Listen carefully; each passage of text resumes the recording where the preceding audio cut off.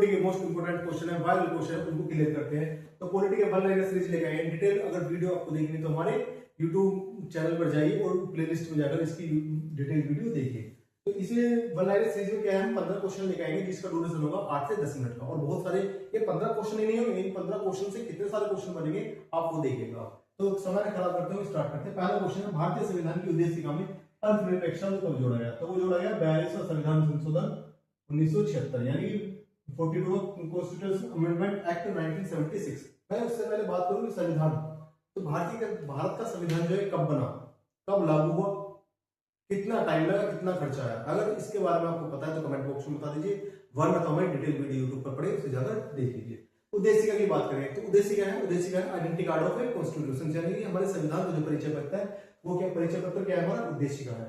इसमें धर्मनिरपेक्षता को जोड़ा गया कब, जो 42वां संविधान संशोधन 1976 हुआ, यानी 42वां संविधान संशोधन कब हुआ हमारा, 1976 में हुआ। इसे क्या बोलते हैं, इसे मिनी संविधान बोलते हैं, इसे 42वां संविधान संशोधन 1976 हुआ। इसमें पंथ निरपेक्ष के साथ साथ और भी बहुत सारे शब्द जोड़े गए, तो वो शब्द कौन कौन से जोड़े गए हैं आप हमें कमेंट बॉक्स में जरूर बताइएगा।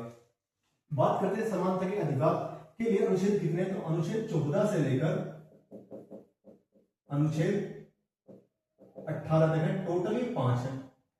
तो बात करूं मैं समानता का अधिकार, तो ये अधिकार कौन से अधिकार है हमारे, ये हमारे मौलिक अधिकार है। मौलिक अधिकार कहाँ थे हमारे संविधान के भाग 3 में आते हैं। संविधान के टोटल भाग कितने हैं, 22 भाग। उसमें जो भाग नंबर 3 है वो किसको रिप्रेजेंट करता है, हमारा मौलिक अधिकार को रिप्रेजेंट करता है, जिसमें अनुच्छेद 12 से लेकर अनुच्छेद 35 तक ये हमारे क्या आते हैं, हमारे मौलिक अधिकार। तो उसमें जो अनुच्छेद 14 से लेकर 18 तक है, ठीक है, तो वो करते हैं हमारे किसको, समानता के अधिकार को रिप्रेजेंट करते हैं। 14 कहता है कि हमारा 14 नंबर का जो अनुच्छेद है कहता है कि विधि के समक्ष क्षमता। 15 कहता है कि धर्म, जाति, मूल वंश, जन्म स्थान के आधार पर विभेद न हो। 16 कहता है कि लोक नियोजन में अवसर की समानता। 17वां कहता है कि अस्पृश्यता तक अंत। और 18वें के अंतर्गत होता है क्या, उपाधियों का अंत। तो समानता के जो अधिकार है अनुच्छेद 14 से लेकर अनुच्छेद 18 तक है, टोटल कितने हैं, 5 है। और है क्या वैसे मौलिक अधिकार हमारे। मौलिक अधिकार यानी कि एक पॉजिटिव डिग्री जनता के लिए, अगर इनका कोई हनन करता है तो हम जनता जो है हमारी पब्लिक जो है कहां जा सकती है, सुप्रीम कोर्ट पर जा सकती है।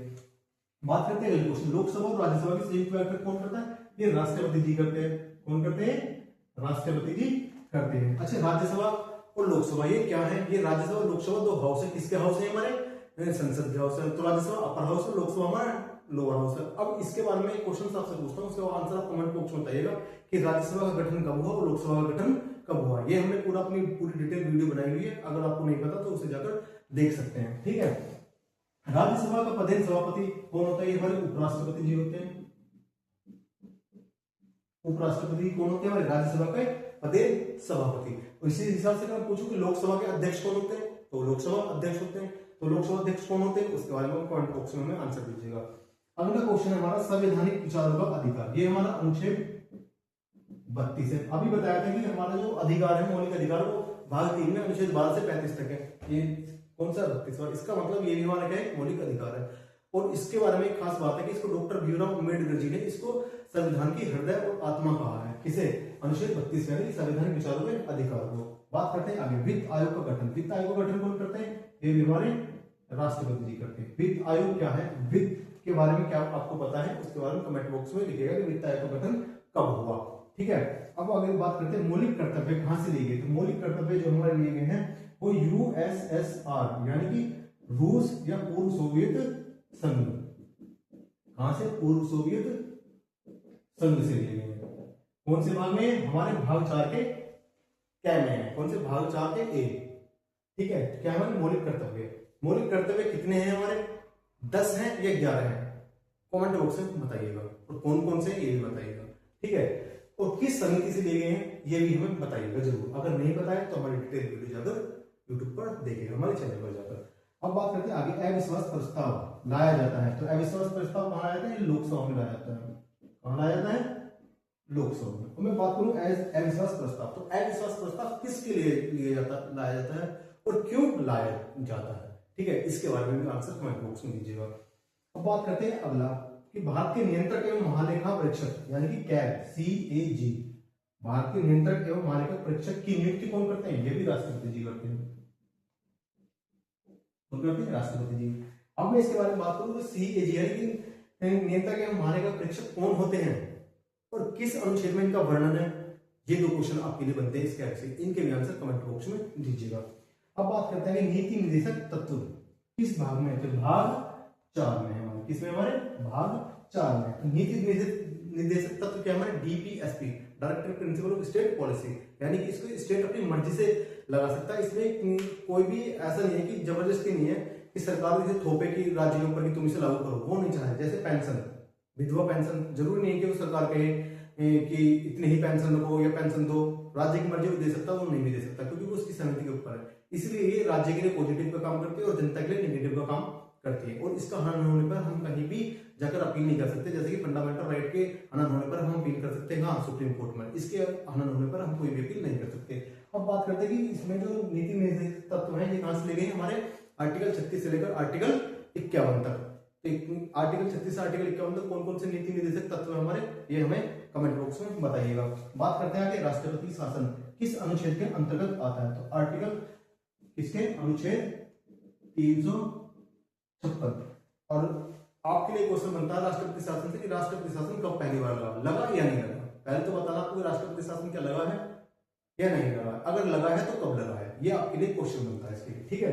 तो आप देख चुके हैं तक हमने 11 क्वेश्चन पढ़े, लेकिन इन 11 क्वेश्चन से अतिरिक्त हमने कितने सारे क्वेश्चन क्रिएट करे हैं जो एग्जाम में आ सकते हैं और आए हुए भी हैं, जिनका आंसर आपको कमेंट बॉक्स में देने हैं। अगर आपको पता है ठीक है, वरना हमारी डिटेल वीडियो देख लीजिए। अगर आपको डिटेल वीडियो भी नहीं देखनी है तो फिर हम नेक्स्ट वीडियो जैसी कल आएगी ऑनलाइन सीरीज, हम इन सारे क्वेश्चंस को वहां पे डिस्कस करेंगे, फिर उसको आप देख लीजिएगा, ठीक है। तब तक आप देखें, याद करने की कोशिश कीजिए इनके क्या आंसर है। बात करते हैं नागरिकता का संबंध, तो नागरिकता का जो संबंध है वो भाग 3 में है। भाग क्या है, संविधान के भाग कितने हमारे, 22 भाग है हमारे, ठीक है। तो भाग 3 में क्या हमारा नागरिकता का संबंध। नागरिकता होने के लिए हमारे पास क्या क्या चीज होनी चाहिए, किस वजह से हमें भारत का नागरिक माना जा सकता है, कौन कौन सी हमारा प्रोसेस है, कौन कौन सी विधियां या प्रोसेस है हमारा, कौन कौन सा जिस वजह से हम भारत का नागरिक बन सकते हैं या नागरिकता का त्याग दे सकते हैं, किस वजह से है। तो ये भी आप हमें कमेंट बॉक्स में बताइएगा नागरिकता के संबंध में, ठीक है। बात करते हैं कि संविधान संशोधन विधेयक किस सदन में प्रस्तुत किया जाता है, तो ये लोकसभा हो या राज्यसभा हो, दोनों सदन में, यानी कि लोकसभा या राज्यसभा दोनों सदन में प्रस्तुत किया जा सकता है संविधान संशोधन विधेयक। अगर अब मैं इससे क्वेश्चन आपसे पूछता हूँ कि संविधान संशोधन किस अनुच्छेद के तहत किया जाता है, ठीक है। बात करते हैं नेक्स्ट क्वेश्चन 40 कि न्यायिक पुनरावलोकन की शक्ति किसके पास है, तो न्यायिक पुनरावलोकन कौन कर सकता है, जो न्याय देता हो, और न्याय कौन देता है, हमारा न्यायपालिका। तो इसका आंसर क्या हो जाएगा हमारा न्यायपालिका, क्योंकि क्या है न्यायिक पुनरावलोकन, तो न्यायिक पुनरावलोकन कौन करेगा, कौन रिव्यू करेगा न्याय का, जो न्याय देगा वो, जो न्याय देना जानता होगा वो तो उस पर रिव्यू करेगा कि कौन किसी के साथ गलत कर रहा है सही कर रहा है, तो कौन करेगा हमारा, या हमारा जो डिसीजन दिया गया वो सही है गलत, कौन करेगा, जो न्याय देगा, न्याय कौन देगा, न्यायपालिका देगी। तो न्यायिक पुनरावलोकन जो है या न्याय के बारे में मैं क्वेश्चन आपसे पुटअप करता हूँ कि न्यायपालिका सबसे बड़ी हमारे भारत के अंदर कौन सी है और वो किस जगह स्थित है, इसके बारे में आप हमें कमेंट बॉक्स में इसका आंसर दीजिएगा, ठीक है। और लास्ट क्वेश्चन है आज की क्लास का हमारा कि संघीय व्यवस्था का मुख्य आधार क्या है, तो संघीय व्यवस्था का मुख्य आधार क्या है हमारा, शक्तियों का विभाजन। क्या है, शक्तियों का विभाजन, ठीक है जी। संघीय व्यवस्था का मुख्य आधार क्या है, शक्तियों का विभाजन।